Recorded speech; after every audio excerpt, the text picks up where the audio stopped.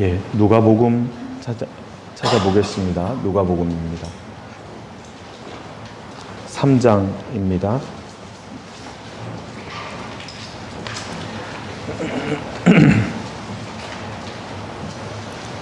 누가복음 3장 21절 22절입니다.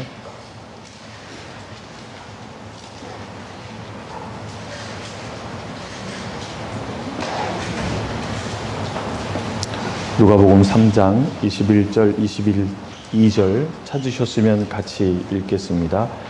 백성이 다 세례를 받을새 예수도 세례를 받으시고 기도하실 때에 하늘이 열리며 성령이 형체로 비둘기같이 그의 위에 강림하시더니 하늘로서 소리가 나기를 너는 내 사랑하는 아들이라 내가 너를 기뻐하노라 하시니라.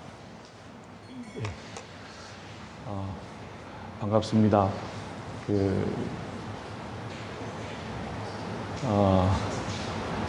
교회학교에서 수고하시는 분들 뵙게 돼서 영광입니다.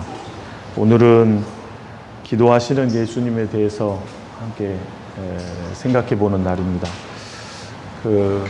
선생님들은 어떠실지 모르겠습니다. 예수님은 사도행전 10장에 보면 하나님께서 그리스도 예수에게 성령과 능력을 기름 붓듯 하심으로 착한 일을 하시며 귀신에게 눌린 자들을 고치셨다 이렇게 나와 있습니다. 예수님의 사역은 하나님이 주신 성령과 능력에 의한 것임을 알 수 있고요. 또 하나는 그 성령과 능력을 기름 붓듯 받으셨다 그랬는데요. 요한복음 3장에 보면 한량없이 받으셨다고 표현이 되어 있습니다. 그러니까 예수님은 실은 기도를 하셨어야 될까라는 생각이 드는 겁니다. 근데 왜 예수님이 기도하셨던 것일까요? 실은 예수님이 지금도 기도하고 계신 거 아시지 않습니까? 히브리서 7장에도 이는 그가 항상 살아서 우리를 위하여 간구하심이니라. 예수님은 지금도 기도하신다 그 말입니다. 근데 그런 예수님이 왜 기도하셨어야 됐을까? 특별히 제가 누가복음을 찾았는데요. 예수님의 기도하시는 장면이 제일 잘 표현된 복음서가 누가복음입니다. 마태복음에는 왕으로 오신 예수님이기 때문에 기도에 대해서 가르쳐 주시는 장면도 나오고 기도하시는 장면도 나오지만 많이 서술되어 있지는 않습니다. 근데 유독 누가복음에만 예수님이 기도하셨다는 장면이 자세히 서술되어 있습니다. 지금 읽으신 장면은 예수님의 공생애가 기도와 함께 시작되었음을 서술하고 있는 부분을 읽은 겁니다. 몇 군데를 빠르게 찾아보겠습니다. 누가복음 4장입니다. 누가복음 4장 1절과 2절입니다. 제가 읽어보겠습니다. 예수께서 성령의 충만함을 입어 요단강에서 오사 광야에서 40일 동안 성령에게 이끌리시며 마귀에게 시험을 받으시더라. 자, 여기 보시면 광야에서 40일 동안 성령에게 이끌리시어 그랬는데요. 마태복음 4장에 보면 예수님이 40일 동안 뭐 하셨죠? 금식하셨습니다. 금식하셨다는 말은 단식이 아니죠. 금식이라는 말은 간절히 하나님께 구한 기도였다라는 걸 가르쳐주고 있습니다. 예수님은 이 자리에서도 기도하고 계시는 겁니다. 그뿐 아니고요. 여기 4장 또 뒤에 보겠습니다. 4장 42절 보시면 날이 밝음에 예수께서 나오사 한적한 곳에 가시니 무리가 찾다가 만나서 자기들에게서 떠나시지 못하게 만류하려 하매 예수께서 이르시되 내가 다른 동네에서도 하나님의 나라 복음을 전하여야 하리니 나는 이 일로 보내심을 입었노라 하시고 갈릴리 여러 회당에서 전도하시더라. 여기서도 날이 밝음에 예수께서 나오사 한적한 곳에 가시니 마가복음 1장 35절에는 한적한 곳에 가사 거기서 기도하시더니 라고 되어 있습니다. 이곳에서도 주님은 기도하셨습니다. 아침에 일찍 일어나셔서 하루를 시작하실 때 기도하셨다라는 말입니다. 그랬기 때문에 사람들의 만류와 관계없이 인기에 부합하는 사역을 하신 게 아니라 하나님의 뜻을 따라 사역을 하실 수 있었다는 말입니다. 요즘에는 사람들의 말에 좌우가 많이 되지 않습니까? 나이가 어릴수록 사람들의 말에 좌우가 많이 됩니다. 그런데 사람들의 말과 관련 없이 하나님의 뜻을 따라 걸어갈 수 있었던 이유가 뭐냐? 기도하셨다라는 걸 가르쳐 주기도 합니다. 여기서 또 한 장 넘어가시면 5장 16절입니다. 예수는 물러가사 한적한 곳에서 기도하시니라. 이거는 무슨 뜻이죠? 하루 일과를 마치시고도 한적한 곳으로 가셔서 기도하셨다는 말입니다. 예수님은 기도하시기 위해서 한적한 곳을 습관처럼 찾아다니셨습니다. 기도하셨다는 말이고요. 또 몇 장, 한 장 뒤로 가볼까요? 6장 12절입니다. 이 구절 같이 읽겠습니다. 이때 예수께서 기도하시러 산으로 가사 밤이 맞도록 하나님께 기도하시고, 특별히 밤새도록 기도하셨을 때도 있습니다. 왜요? 예수님이 부활 승천하신 뒤에 주님의 복음을 맡겨야 될 제자들을 부르셔야 되는데 어떤 일꾼들을 불러야 될지요. 하나님께 간절히 기도하고 기도하신 후에 제자들을 부르신 거예요. 중요한 일을 앞두고는 특별히 마음을 다해서 밤새도록 기도하시는 장면도 볼 수 있습니다. 9장도 보겠습니다. 9장 16절입니다. 제자들이 16절 예수께서 떡 5개와 물고기 2마리를 가지사 하늘을 우러러 축사하시고, 이게 축사하셨다는 말씀이 기도하셨다는 말씀입니다. 감사기도 드리신 거예요. 기도하시는 장면이 9장에 또 나와 있고요. 몇 절 뒤로 가면 18절입니다. 예수께서 따로 기도하실 때에, 여기서도 기도하시고요. 28절입니다. 이 말씀을 하신 후 8일쯤 되어 예수께서 베드로와 요한과 야고보를 데리시고 기도하시러 산에 올라가사 기도하실 때에, 기도하시러 특별히 산으로 가신 적도 있으십니다. 그리고 10장입니다. 21절 이때 예수께서 성령으로 기뻐하사 가라사대 천지의 주제이신 아버지여, 이것을 지혜롭고 슬기 있는 자들에게 숨기시고 어린아이들에게는 나타내심을 감사하나이다. 옳소이다. 이렇게 된 것이 아버지의 뜻이니이다. 예수님이 기도하시는 장면입니다. 그리고 여기 11장 보시면 1절 예수께서 한 곳에서 기도하시고 마치심에, 여기서도 기도하셨습니다. 그리고 나서 11장에는 특별히 제자들이 기도를 가르쳐 달라고 했기 때문에요, 기도를 어떻게 해야 하는 것인지를 가르쳐 주십니다. 그래서 이 장면에서 하늘에 계신 우리 아버지여 이름이 거룩히 여김을 받으시오며, 이 장면이 여기에 들어가 있는 겁니다. 그래서 강청함을 인하여 주님께서 기도를 들으실 거다라는 가르치심을 가르쳐 주십니다. 그 다음에 또 몇 장 넘어가 보겠습니다. 18장입니다. 18장 1절 기도하되 주의할 점이 있다 가르쳐 주십니다. 1절 같이 읽을까요? 항상 기도하고 낭망치 말아야 될 것을 저희에게 비유로 하여. 항상 기도하고 낭망하지 말아야 된다를 가르쳐 주십니다. 기도에 주의할 점이 있다는 겁니다. 그리고 기도에 깨어 있어야 된다라는 말씀도 해주십니다. 21장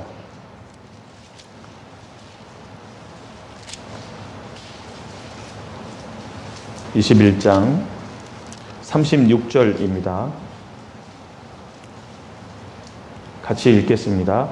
이러므로 너희는 장차 올 이 모든 일을 등이 피하고 인자 앞에 서도록 항상 기도하며 깨어 있으라 하시니라.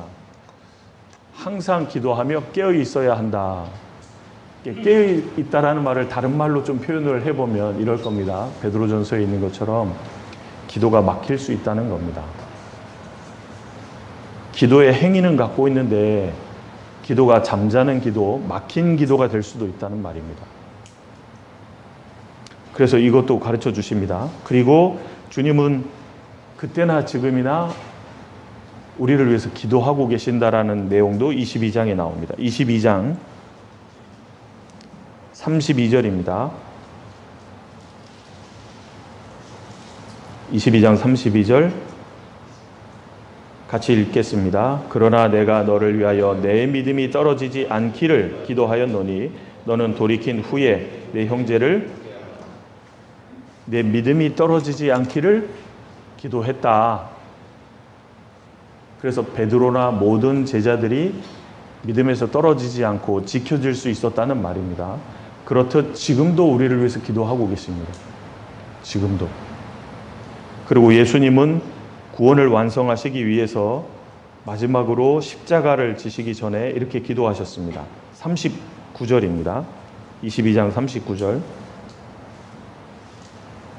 예수께서 나가사 습관을 좇아 감람산에 가심에 제자들도 쫓았더니 42절입니다. 가라사대 아버지여 만일 아버지의 뜻이거든 이 잔을 내게서 옮기시옵소서. 그러나 내 원대로 마옵시고 아버지의 원대로 되기를 원하나이다 하시니 사자가 하늘로부터 예수께 나타나 힘을 돕더라. 44절 같이 읽겠습니다. 예수께서 힘쓰고 애써 더욱 간절히 기도하시니 땀이 땅에 떨어지는 핏방울같이 되더라. 예. 그러니까 누가복음에는 예수님이 기도하시는 장면이 제일 잘 묘사가 되어 있습니다. 예수님이 어떤 내용으로 기도하셨는지 잘 묘사되어 있는 곳은 요한복음이기도 합니다. 그런데 기도하신 내용이 잘 기록되어 있는 곳은 누가복음입니다. 근데 누가복음은 어떤 복음서인지 아시죠? 마태복음은 왕으로 오신 예수님, 마가복음은 여호와의 종, 일꾼으로 오신 예수님. 그렇죠? 그래서 소복음이라 그러잖아요. 누가복음은 인자로 오신 예수님, 사람이었다 그 말입니다. 사람이자 하나님이신 분인데 그분은 사람이었기 때문에 항상 뭐가 필요했던 겁니까? 기도가 필요했던 겁니다. 성령과 능력을 주님이 한량없이 부어주셨더라도요, 예수님이 이 땅에 계실 때 항상 기도했어야 했던 겁니다. 그래서 누가복음에 예수님이 기도하시는 장면이 가장 잘 그래서 기록이 되어 있는 것으로 보입니다. 그리고 저희가 구원받을 때 예수님을 보게 되잖아요. 아, 예수님이 나를 위해서 십자가를 지셨던 거구나라는 걸 보고 구원을 받게 됩니다. 그렇죠? 그럼 그 다음에는 어떻죠? 그 다음엔 예수님을 더 자세히 보게 되는 겁니다. 왜죠? 우리의 영원하신 대제사장이신 예수를 깊이 생각하라고 히브리서 3장 1절에 말하는데요. 히브리서 12장 2절에는 믿음의 주요 온전케 하시는 이인 예수를 바라보자. 자세히 보는 거예요. 왜요? 그 예수님의 삶을 내 생애 속에 그대로 본받고 닮아갈 수 있도록 하기 위해서 자세히 보는 겁니다. 마치 화가가 정밀화를 기를 때요, 사물을 자세히 보고 화폭에 그대로 담잖아요. 그러니까 이게 그림인지 진짜인지 구별을 못하도록 잘 그리지 않습니까? 그렇게 바라보다의 바라보자입니다.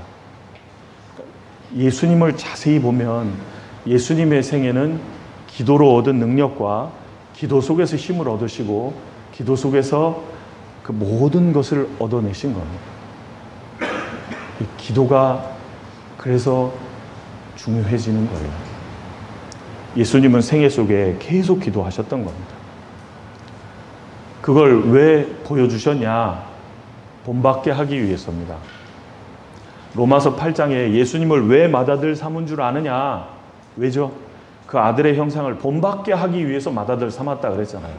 본받으라고 하시는 거예요. 그래서 예수님을 자세히 볼 때 예수님 그는 항상 기도하셨던 겁니다. 그 교회학교에서 아이들 가르치려면 주님의 도움과 능력과 지혜가 얼마나 필요하겠습니까?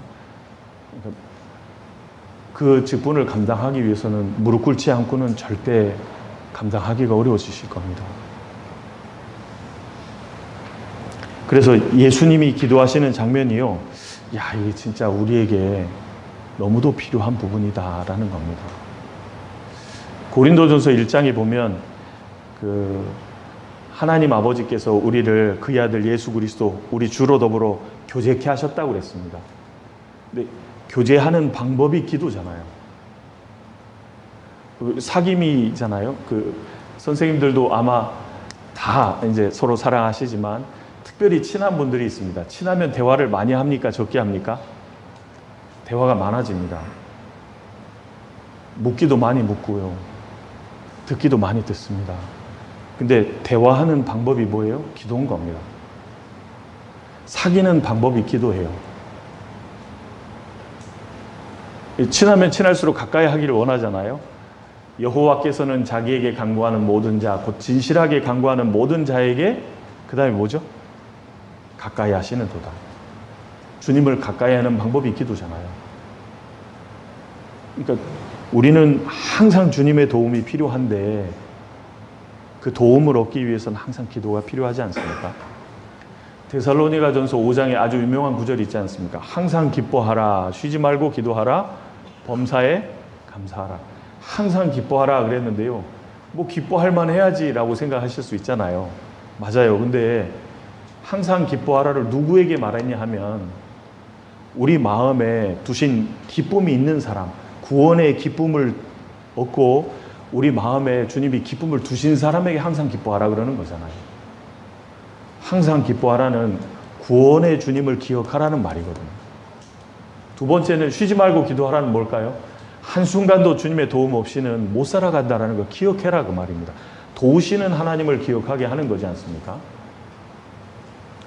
마지막에 범사에 감사라는 뭘까요? 구원자 하나님과 도우시는 하나님을 생각할 때 지금 현재는 뭔가 이상해 보이고 왜곡돼 보여도 결국은 무엇이 이루어질까요? 하나님의 선과 공의가 이루어질 것을 믿기 때문에 감사할 수 있는 거잖아요. 지금 상황이 좋아서가 아닙니다. 지금 결과가 좋아서가 아니잖아요. 나의 가는 길을 오직 그가 아시나니 주님만 아시잖아요. 그렇죠? 그가 나를 단련하신 후에는 정금같이 나오는 일이 있을 거고 하나님의 결과는 반드시 선이 이루어지고 공의가 이루어지는 길이기 때문에 그러니까 범사에 감사할 수 있잖아요. 믿고 감사하는 거지 않습니까? 거기서 쉬지 말고 기도하라가 나오잖아요. 그렇죠? 그러면 선생님들이시니까 기도하면 얻게 되는 것이 과연 뭘까? 기도 없이 신앙이 자라거나 결실하는 일은 절대 없습니다. 기도 없이는 될 수가 없다고요. 디모데전서 4장 5절에 하나님의 말씀과 기도로 거룩하여짐이라 그랬잖아요. 말씀과 기도가 그래서 필수잖아요. 그럼 기도를 통해서 얻어지는 유익들 몇 가지를 생각해 보겠습니다. 시편 19편입니다.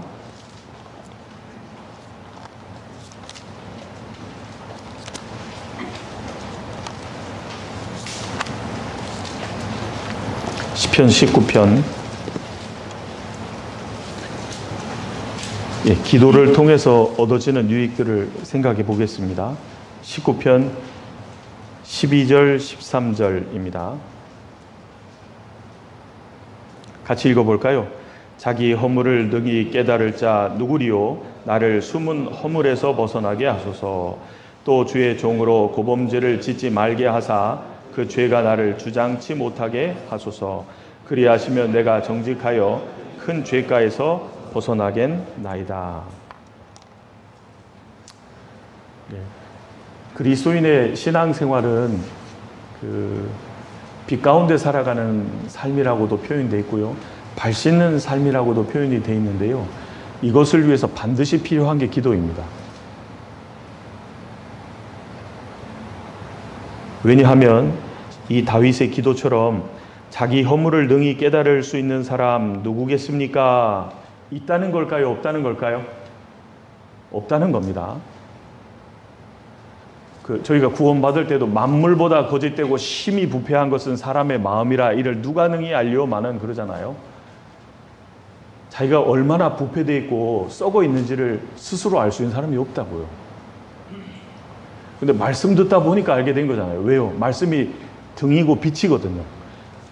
캄캄한 데를 등으로 탁 비치면요, 이 안이 환해지잖아요. 뭐도 있고 뭐도 있네, 이런 게 다 있었던 거네. 그때서야 보이잖아요. 다시 불 끄면요, 안 보여요. 우리는요, 주 안에서 빛이지 우리 스스로가 빛이 아니거든요.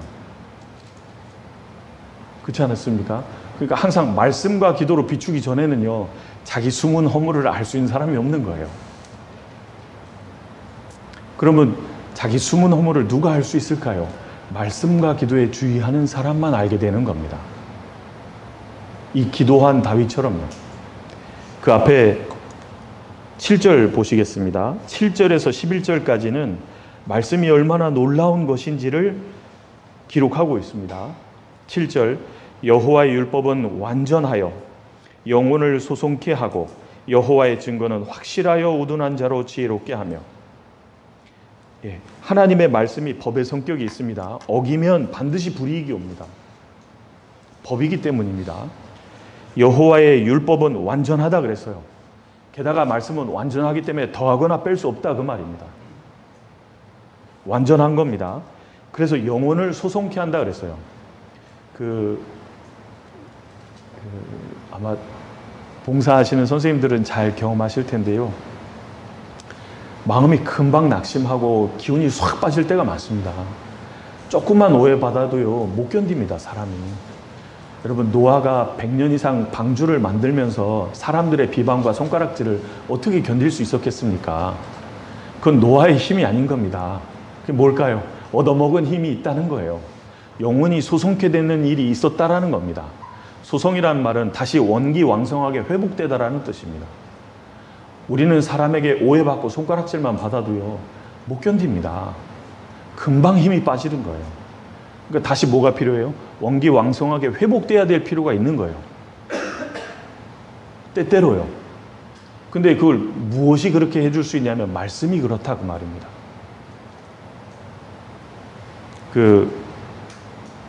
식당이 라틴어에서 온 건데요. 이제 저희가 주로 레스토랑이라 그러잖아요. 이게 이탈리아가 라틴어에서 왔는데, 라틴어에서 프랑스어, 이탈리아어, 스페인어, 영어, 이게 다 라틴어 계통이지 않습니까? 근데 원문에 보면 리스토라레라 그래서요, 회복시키다라는 뜻입니다. 다시 정상적으로 회복시키다. 근데 이걸 현재 분사형을 쓰면 리스토란테가 됩니다. 회복되고 있는이에요. 근데 이게 리스토란테가 그래서 식당이 됩니다. 왜냐하면 들어가서 먹으면 어떻게 돼요? 다시 회복이 되니까요. 오전에 일찍 일하기 시작해서요, 점심때가 되면 배가 많이 고프거든요. 그러니까 들어갈 때는 기운 빠져서 들어갔다 나올 때는 다시 기운이 넘쳐서 나와서 또 오후를 일할 수 있잖아요. 회복시키는, 그래서 리스토란테거든요. 근데 우리의 영혼을 회복시키는 요소가 뭐예요? 말씀이다 그 말입니다. 말씀과 기도가 필요하다 그 말입니다. 그 다음에 여호와의 증거는 확실하기 때문에, 그렇죠, 기록된 대로잖아요. 우둔한 우리가요, 지혜롭게 될 수 있는 거예요. 우리같이 우둔한 사람도요, 말씀 붙들고 살면요, 반드시 그렇게 되니까 얼마나 지혜로워집니까? 우둔한 자로 지혜롭게 하잖아요. 8절, 여호와의 교훈은 정직하여. 하나님 말씀은 있는 그대로거든요. 세상은 다 덧붙여져 있잖아요. 형제자매들하고 교제할 때도 말할 때 보면 다 덧붙이잖아요. 그래서 이게 한두 사람만 건너가도 이상한 말 되지 않습니까? 그렇지 않아요? 근데 하나님 말씀은 절대 그렇지 않거든요. 있는 그대로거든요. 왜요? 하나님이 정직하신 분이기 때문인 거예요. 여호와의 교훈은 정직하기 때문에 마음을 기쁘게 하고. 왜요? 거짓말하지 않으시니까요. 그대로다 그 말입니다. 나를 사랑하신다 그러면 정확히 사랑하고 계신 거예요. 기쁘게 하고 여호와의 계명은 순결하여. 불순물이 없다 그 말입니다. 눈을 밝게 하도다. 저 멀리까지 내세까지 확실히 보게 하잖아요. 여호와를 경외하는 도는 정결하여 영혼까지 이루고. 이 하나님의 말씀은 영원한 말씀인 겁니다. 여호와의 규례는 확실하여 다 의로우니. 그렇습니다. 하나도 잘못된 게 없어요. 다 의로우신 말씀입니다. 그래서 10절에는 그 무엇보다도 추구해야 될 것이 말씀이라는 걸 얘기하신 뒤에 11절 같이 읽겠습니다. 또 주의 종이 이로 경계를 받고 이를 지킴으로. 저희가 교제에 왔다 갔다 하면 이걸 늘 보는 겁니다. 이게 왜 늘 보일까요? 어떤 분의 간증을 들으면요, 그분은 말씀을 어려운 가운데서 지키는 거예요. 그럼 우리가 뭘 알아요? 아, 저분 말씀 지키기 때문에 잘 되겠구나. 하나님의 은총을 받겠구나. 하나님 은혜 주시겠구나. 지키는 사람 보면 그거 느껴지잖아요. 근데 말씀을 가볍게 여기고 무시하는 분 보면 어때요? 아, 저분 저러다가 하나님께 징계 받겠구나. 아, 저러면 안 되겠구나. 아, 나 저거 본받으면 안 되지. 항상 보는 거잖아요. 말씀에 의해서 경계를 받고 지킴으로 상이 커지는 거잖아요. 우리가 교제에 왔다 갔다 하면 늘 이걸 본다 그 말입니다. 그리고 나서 12절입니다. 자기 허물을 등이 깨달을 수 있는 사람 누구겠습니까? 없으니까 기도하잖아요. 나를 숨은 허물에서 벗어나게 하소서. 여러분, 다윗은요, 시편을 읽어보면 다윗처럼 기도 많이 한 사람 없습니다. 근데 그 기도가 막혔을 때가 있는 거 아십니까? 언제죠? 숨은 허물에서 못 벗어나니까요, 고범죄로 이어졌잖아요. 숨은 허물에서 벗어나지 못하면요, 고의적인 죄로 계속 가는 겁니다. 그러니까 숨은 허물에서 빨리빨리 벗어나야 되는데 빨리 벗어나는 길이 뭐예요? 말씀과 기도에 힘써야 되거든요. 기도하는 사람만이 하루를 마치고 기도할 때요, 자기의 부족과 어리석음을 보게 된다 그 말입니다. 저희 청년 때 저희 청년 때는 부장님들이 말씀도 많이 하셨거든요. 일꾼이 부족하니까. 근데요, 부장님들 중에 제가 경험한 부장님 한 분이요, 토요일 날 끝나고 이제 저녁 때 집으로 돌아가잖아요, 밤에. 그러면 몇몇 분한테 전화하는 겁니다. 왜 하는지를 봤더니, 제가 오늘 오후 청소하는 때부터 교제하는 중에 제가 말실수를 한 것 같습니다. 제가 본의가 아닌데 용서해 달라고 전화하는 거예요. 왜요? 기도하다 보니까 보이는 겁니다. 그러니까 뭐예요? 빛 가운데 사는 삶이 자연스럽게 되잖아요. 빛 가운데 사는 삶은 죄를 짓지 않는다는 말이 아닙니다. 우리가 얼마나 부족한 게 많은데요. 그러니까 빛 가운데 사는 삶은요, 어두움이 탁 드러나면 어떻게 해요? 빨리 치우는 거잖아요. 빨리빨리 치워야 건전한 그리스도인으로 살아갈 수 있거든요. 근데 이게 안 보는 거예요. 기도하지 않는 겁니다. 말씀에 비추질 않는 겁니다. 그럼 어떻게 될까요? 죄송하지만 뻔뻔한 그리스도인이 됩니다. 자기도 부족한 게 많고 자기가 잘못하는 게 많은데 다른 사람 얘기하고 다른 사람 비판하고 판단하는 거예요. 여러분, 신앙은 자기를 비추는 거예요? 남을 비추는 거예요? 자기를 비추는 거잖아요. 그러니까 이 기도하지 않는 사람의 신앙의 상태는 자꾸 어디로 향할까요? 남에게 향해 있는 겁니다. 기도하는 사람의 신앙은 어디로 갈까요? 자기를 비추는 거예요. 그러니까 보세요. 자기의 부족이 많이 보이니까 남도 부족한 게 보이면 어떻게 될까요? 나는 이런데 저 사람 오죽하겠어요. 아유, 불쌍하고요. 딱 한 거예요. 그러니까 자연스럽게 사화하게 되어 있는 겁니다. 근데 기도하지 않으면요, 숨은 허물이 보이지 않죠. 고의적으로 범죄를 짓게 됩니다. 큰 죄가까지 나가잖아요. 다윗이라는 사람이 기도가 깨어있지 못하고 막힐 때가 있었잖아요. 우리도 그럴 수 있다 그 말입니다. 근데 기도하는 사람, 기도 행위를 말하는 게 아닙니다. 정말 기도 속에서 하나님의 일깨움을 받고 교훈을 받고 자기의 부족을 보는 그 사람, 숨은 허물에서 빨리빨리 벗어날 수 있는 거예요. 그러니까 빛 가운데 사는 삶이 된다 그 말입니다. 요한복음 13장에 보면 예수님이 발을 씻겨주시지 않습니까? 지금도 주님이 씻겨주십니다. 그렇죠? 근데 베드로가 안 씻으려고 그랬잖아요. 예수님이 그 다음에 뭐라 그랬죠? 내가 너를 씻기지 않으면 네가 나와 상관이 없느니라. 안 씻는 사람은 상관이 없어진다니까요. 근데 자기의 부족을 알고요, 주님이 오늘도 말씀으로 우리의 더러운 걸 씻어주시잖아요. 우리의 지옥 갈 죄는 다 씻어주셨지만 주님과의 사귐을 막는 죄는 날마다 씻어야 되잖아요. 주님이 우리를 말씀으로 매일매일 씻겨주시는 겁니다. 근데 안 씻는 사람이 있는 거예요. 누가 안 씻을까요? 기도하지 않는 사람은 안 씻게 돼 있습니다. 그러니까 주님하고 어떻게 돼요? 멀어져요. 주님이 빛이신데 주님하고 멀어지면 어떻게 될까요? 점점 깜깜해지는 겁니다. 그러니까 숨은 허물에서 벗어날 수 있는 가장 중요한 것이 말씀과 기도라는 걸 시편 19편이 또 얘기하는 겁니다. 요것을 디모데전서 4장 5절에 딱 한 구절로 정리한 거잖아요. 말씀과 기도로 거룩하여 짐이라. 숨은 허물에서 벗어날 수 있는 길이 기도라는 겁니다. 그래서 기도하지 않음으로 문제가 생기고 기도에 깨어있지 않음으로 기도가 막힘으로 문제가 생긴다는 겁니다. 제가 그래서 기도라는 부분을 교제할 때 어려운 것 같아요. 왜냐하면 구원 안 받은 분들도 기도한다 하지 않습니까? 그렇지 않아요? 그 기도 얼마나 많이 해요. 철야 기도하죠. 뭐 새벽 기도하죠. 문제는 들으셔야 말이죠. 문제는 주님께 상달되냐 그 말이잖아요. 그래서 능력 있는 기도로 깨어있는 것이 이게 중요한 거거든요. 그래서 기도 속에서 숨은 허물에서 벗어난다라는 거 하고요. 시편 119편입니다.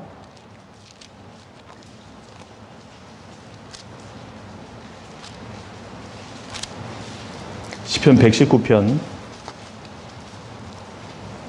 18절입니다.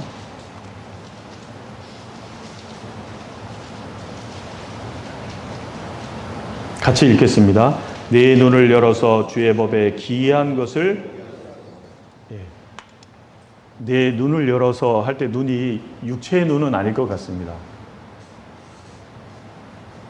영혼의 눈, 마음의 눈이잖아요. 주의 법에 기이한 것을 보게 하소서.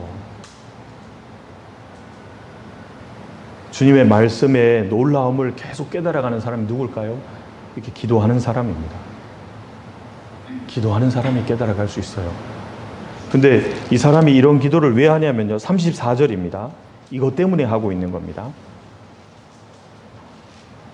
34절 같이 읽어볼까요? 나로 깨닫게 하소서. 내가 주의 법을 준행하며 전심으로 준행하며. 하나님께서 깨닫게 해주시면 그걸 따라 살아가기 위해서 배우는 거예요. 저희도 말씀을 배우는 게 그것 때문에 배우지 않습니까? 야고보서 1장에 자유하게 하는 온전한 율법을 들여다보는 자는 듣고 잊어버리는 자가 아니요 실행하는 자니, 이렇게 돼 있잖아요.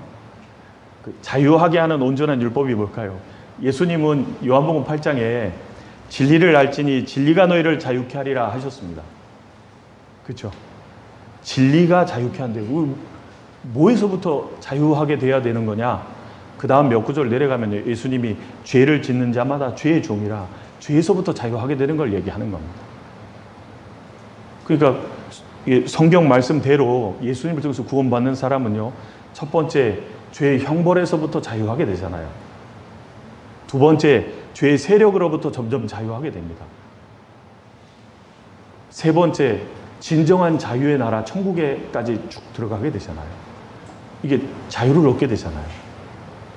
그래서 말씀을 하나님의 뜻대로 온전하게 보는 사람은 이게 자유하게 하는 온전한 율법이거든요. 자유하게 하는 온전한 율법을 들여다보는 자는 듣고 잊어버리는 자가 아니요. 잊어버리려고 배우는 게 아니잖아요. 어떻게든 하나라도 마음에 넣어놓으려고, 그 말씀을 따라 살아가려고 배우지 않습니까? 듣고 실행하는 자니 행하는 일에 복을 얻게 될 거라고 그랬잖아요. 예수님도 요한복음 10장 17절에 보면 누구든지 예수님의 말씀이 사람에게 온 건지 하나님께로 온 건지 알 수 있는 그 기준은 누구든지 이걸 행하려고 하면 이것이 사람이 한 말인지 하나님이 주신 말씀인지 교훈인지 분별하리라 그랬거든요. 행하려고 하면. 그래서 말씀을 깨닫고 지키려는 그 사람, 기도 속에서 깨닫게 되는 겁니다. 예레미야입니다. 예레미야 33장.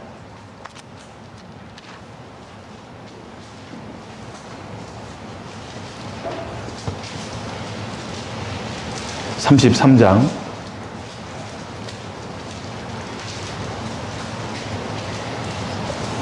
3절 같이 읽겠습니다.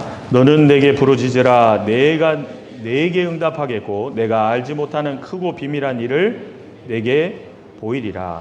너는 내게 부르짖으라. 부르짖으란 말이 기도지 않습니까? 내가 너에게 응답하는 것은 물론이고 내가 알지 못하는 크고 비밀한 일을 내게 보이리라. 구하면요, 구한 건 물론이고 그 이상도 주신다 그 말입니다. 저희 청년회에서 얼마 전에 학예 수양회를 위한 바자회를 했습니다. 옛날에는 꽃 판매를 했는데요.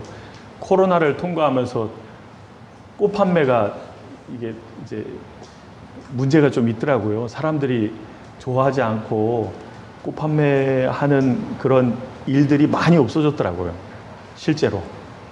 그래서 이 꽃 판매는 올해 별로 안 좋겠다 싶어서 이제 무엇을 해볼까 하다가 바자회를 한번 해보면 좋겠다 그래서 바자회 해보자. 근데 청년들이 이제 직장 생활 막 하는 청년들이 뭐 구매력이 그렇게 많겠어요. 그래서 이제 그래도 학예 수양에 전도하려면 좀 돈이 필요하니까 해보자. 그래서 이제 하는데 봉사회하고 어머니회가 많이 도와주셨습니다. 그래서 적극적으로 도와주신다 그래서 했는데 저희 청년들이 물건을 내고 좋은 물건을 좀 내고 그리고 음식도 하고 그래서 판매를 했는데 저희가 다 팔아도 다 팔린다고 상상한 적은 없고요. 다 팔아도 2천만 원이 될 수가 없거든요. 근데 물건이 많이 남았어요. 근데 들어온 수익은 2,100만 원이 남았어요. 목표가 1,400이었거든요. 왜냐하면 작년에 700, 꽃 판매해서 700 벌었기 때문에 입을 크게 열자 그래서 우리 딴에는 크게 열었는데 1,400이었는데 나온 게 2,100이었어요. 진짜 마지막 시대에 영혼 건지는 일을 힘있게 해보라고 봉사회 어머니의 우리 선생님들 중에서도 계실 겁니다.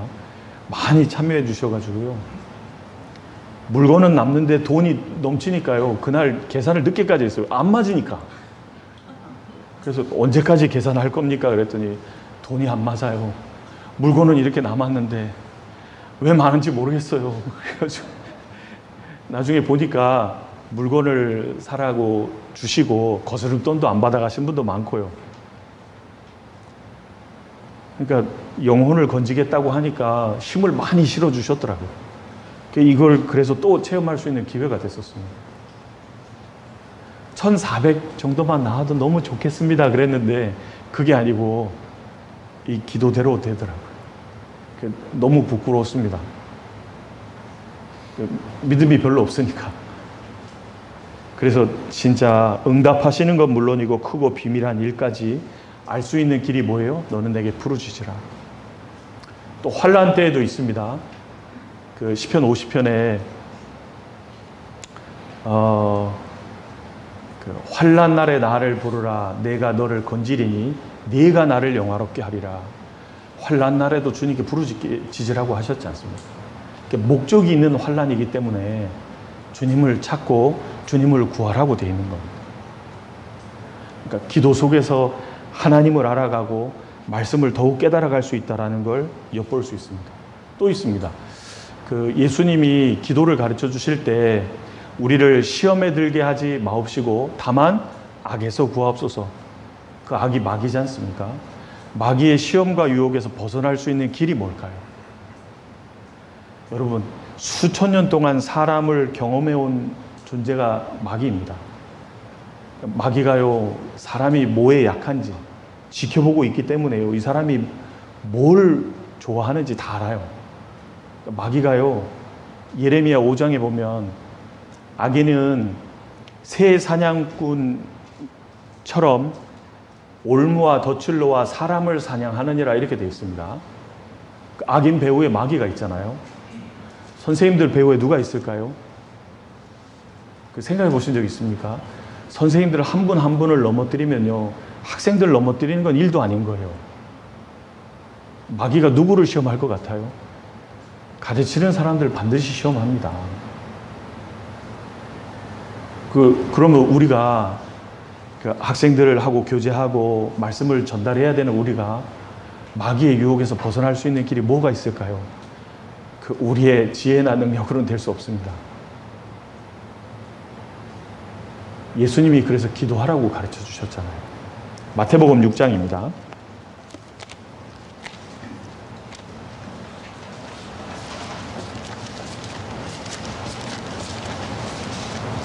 마태복음 6장 13절입니다. 13절 같이 읽겠습니다. 우리를 시험에 들게 하지 마옵시고 다만 악에서 구하옵소서. 나라와 권세와 영광이 아버지께 영원히 있사옵나이다. 아멘. 우리를 시험에 들게 하지 마옵시고, 한글 성경은 중국어 성경을 번역해 가지고 이제 우리 말로 번역이 됐는데요. 그래서 한자가 많잖아요. 이게 시험이 한자인데요. 한국말의 시험은 딱 한자밖에 없어요, 단어가. 근데 외국어로 보면 서로 달라요. 하나님이 아브라함을 시험하시되 할 때 그 시험은 테스트입니다. 테스트는 뭐냐면요, 운전면허 시험 생각하시면 도움이 됩니다. 필기를 70점 이상이면 실기를 볼 수 있게 해줍니다. 100점을 맞았든 70점을 받았든 할 수 있게 해주는 거예요. 그러니까 테스트는 자격만 갖추면 주기 위함입니다. 주려고 하는 거예요. 그렇죠? 그러니까 하나님은 우리에게 우리의 믿음이 있는지 테스트하십니다. 왜요? 하나님의 축복을 더 얻을 만한 믿음이 있는지를 우리를 테스트하십니다. 그거는 주려고 하시는 거예요, 테스트는. 그 다음에 구원받은 성도가 구원받을 때 금에 비유되어 있긴 한데요, 금은 처음부터 정금은 없습니다. 단련을 통해서 불순물을 빼야 정금이 되어가는 겁니다. 주님은 우리가 정금보다도 더 귀한 믿음을 갖는 사람이 되기를 원하기 때문에 단련하신다고 되어 있습니다. 이 단련도 한자 성경이, 이 한글 성경에는 한자로 되어 있어서 시험인데요, 영어로 보면 트라이얼입니다. 불순물을 빼기 위한 시련인 거예요. 그러니까 우리도 마음과 생각 속에 하나님 말씀이 아닌 내 지론이나 이성이나 상식이나 사상들이 얼마나 많아요. 그걸 다 빼기 위해서요, 주님이 단련하신다고요. 그것도 시험입니다. 그런데 마귀가 사람을 넘어뜨리기 위해서 하는 것은 템테이션이라고, 유혹입니다. 이거는 목적이 넘어뜨리기 위해서요. 근데 여기서의 시험은 유혹입니다. 마귀의 유혹이에요. 여러분, 다윗이 아까 숨은 허물에서 못 벗어났다라고 말씀드렸는데요. 다윗이 숨은 허물에서 빨리빨리 벗어났으면, 잘 생각해 보십시오. 목욕하는 여인을 봤을 때 어떻게 했을 것 같습니까? 눈을 돌이키게 되어 있습니다. 기도는 내 삶의 방향을 맞추는 거거든요. 우리가 기도 왜 하죠? 주님, 제가 계속 이 방향으로 나아갈 수 있도록 도와주십시오. 기도하고 나도 거기에 맞추는 거잖아요. 그렇죠? 근데 다윗의 기도가 어떻게 됐다는 거예요? 깨어있지 못했고 능력을 잃었기 때문에 보면서도 기도하지 않잖아요. 보고 있잖아요. 그리고 죄를 짓게 되잖아요. 고의적으로 불러오게 시키고 죄를 짓잖아요. 감추려고 살인 교사까지 하잖아요. 기도가 어땠다는 거예요? 기도는 이미 잠을 잡고 막혔다, 그 말입니다. 능력을 잃은 거예요. 기도에 능력 있는 사람은요, 그릇된 걸 보면 탁 돌이키게 돼 있는 겁니다. 아니, 내가 젊은 사람인데 젊은 처자에게, 난 아내도 있고 젊은 처자에게 눈을 돌리는 게 마땅하냐? 이거 합당치 않다. 탁 돌이키게 돼 있는데 힘을 잃었잖아요. 그리스도인이 그 기도 때문에 힘이 있는 거잖아요. 기도의 힘을 잃으면 그렇게 되는 겁니다. 뭐 이왕 이렇게 된 거 뭐 그냥 가는 거예요. 그래서 이 마귀의 유혹에서 벗어날 수 있는 길은 이게 진짜 기도라는 거 외에는 없다라는 겁니다. 26장입니다. 41절. 마귀가요, 얼마나 똑똑한데요. 26장 41절입니다.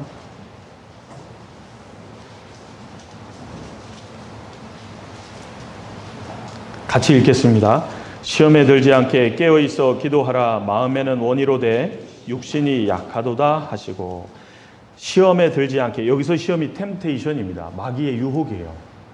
시험에 들지 않게 깨어있어 기도하라. 제자들이 이때 기도했어요? 못했어요? 못했습니다. 잤어요. 그러니까 딱 걸렸잖아요. 예수님 버리고 다 도망갔잖아요. 그러니까 마귀의 유혹에서 벗어날 수 있는 유일한 길이 기도인 겁니다.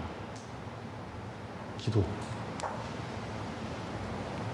그리고 하나님의 뜻을 행할 수 있는 힘과 능력을 얻는 길이 뭘까요? 학생들하고 교제하시다 보면 하나님 말씀대로 못 살거든요. 왜 못 사는지 아십니까? 그 학생이 못돼서 아닙니다. 그 학생이 하나님 말씀대로 살아가야 될 힘과 능력이 없는 거예요. 청년들 중에도 있습니다.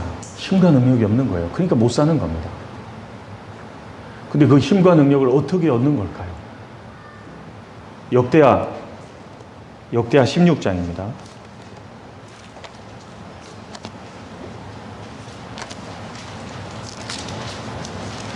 역대하 16장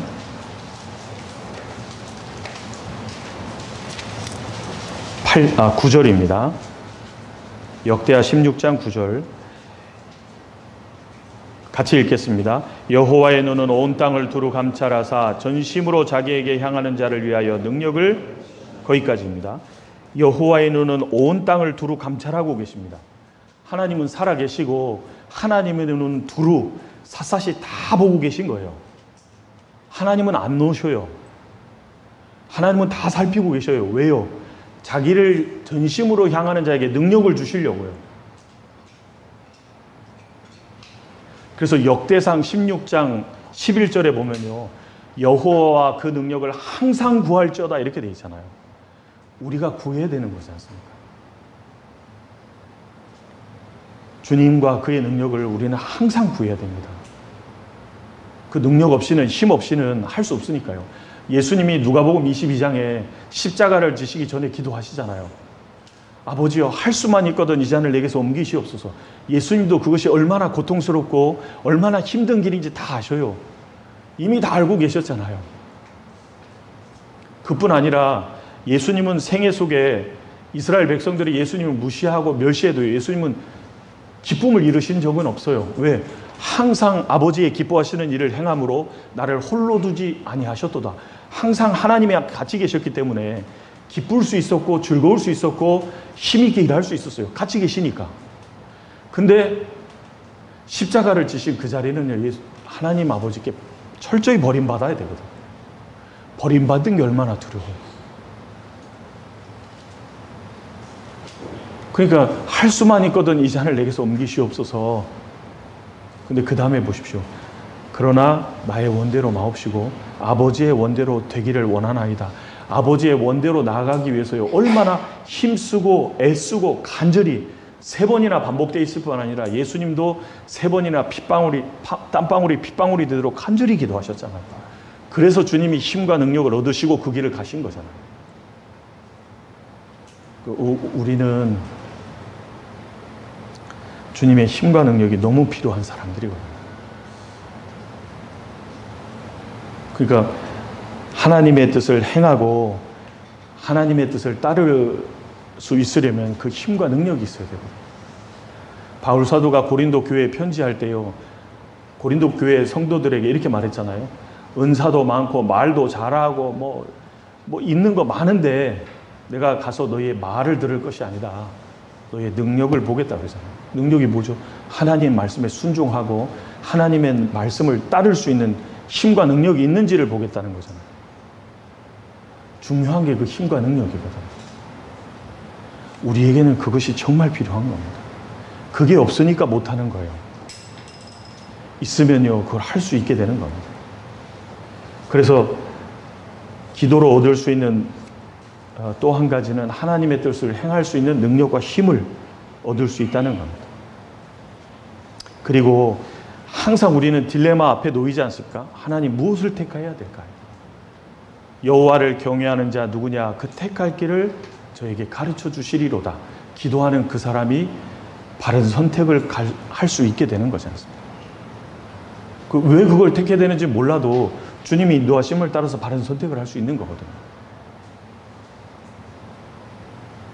이렇게 기도로 얻을 수 있는 유익이 많기 때문에 기도의 능력으로 깨어있는 게 너무 중요하거든요. 그러니까 예수님은 항상 기도하셨잖아요.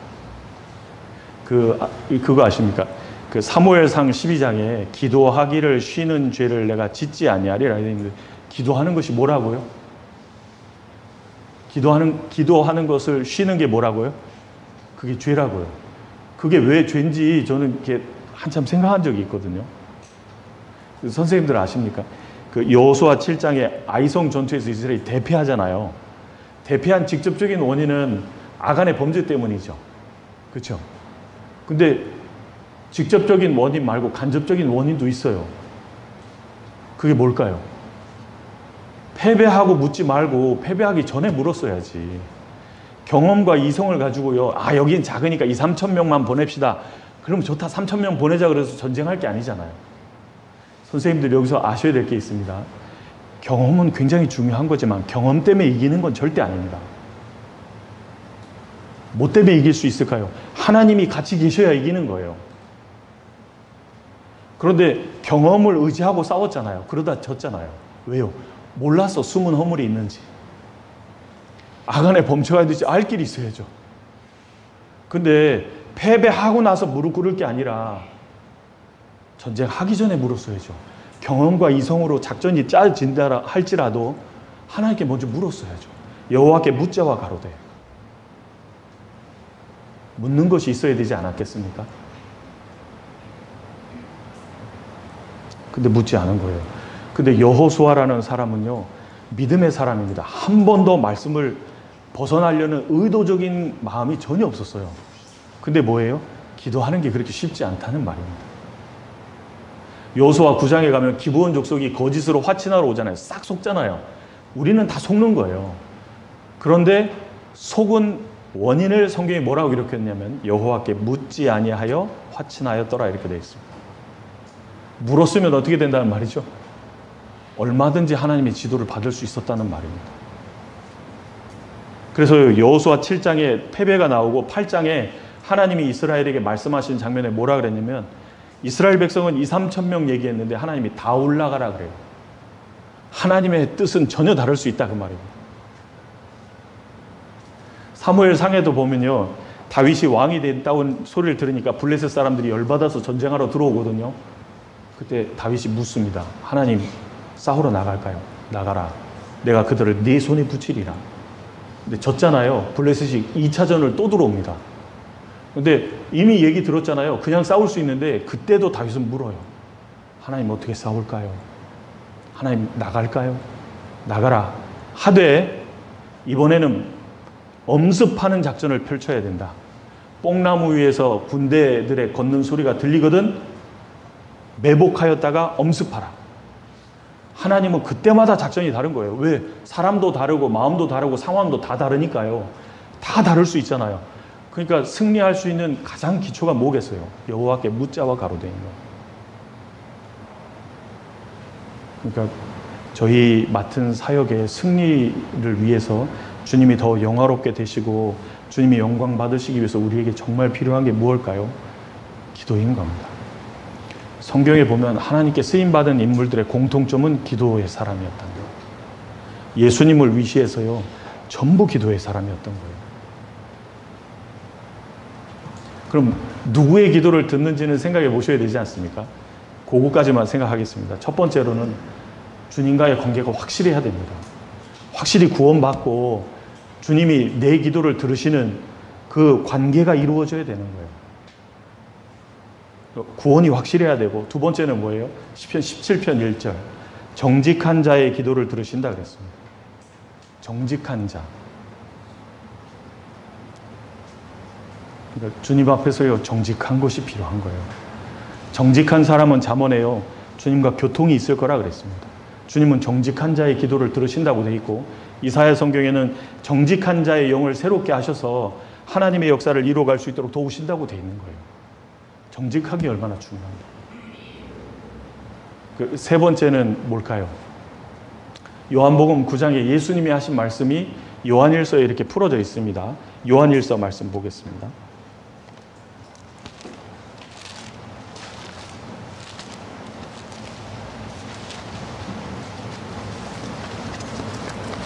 요한일서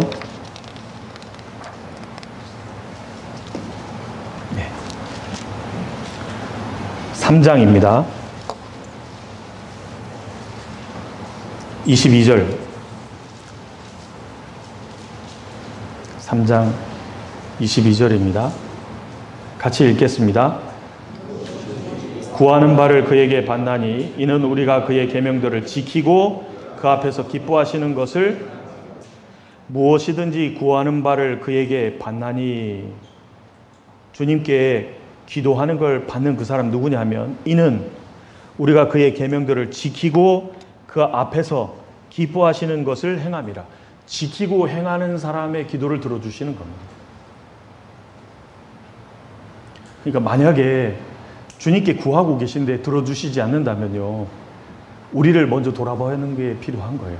혹시 내게 잘못된 것은 없는지, 숨은 허물은 없는지, 하나님 앞에서 내가 지금 하나님이 들어주실 수 있는 기도의 사람으로서 합당한 모습을 갖고 있는지 우리 자신을 돌아보는 게 필요합니다. 두 번째로는, 그런데도 하나님이 지금 응답하시지 않는다는 건, 이거 반드시 이 끝에 하나님의 영광이 나타날 걸 믿어야 되는 거예요. 주님이 때때로 지연하실 때 있거든요. 기도 속에서 응답을 늦추실 때가 있는 거예요. 나사로가 병들었다는 얘기를 듣고 일부러 죽은 지 나흘 돼서 가셨잖아요. 왜요? 주님은 그 살리려고 간 거거든요. 근데 마르다와 마리아가 그때 뭐라 그러죠? 원망하잖아요. 주님만 계셨으면 안 죽었을 거라고.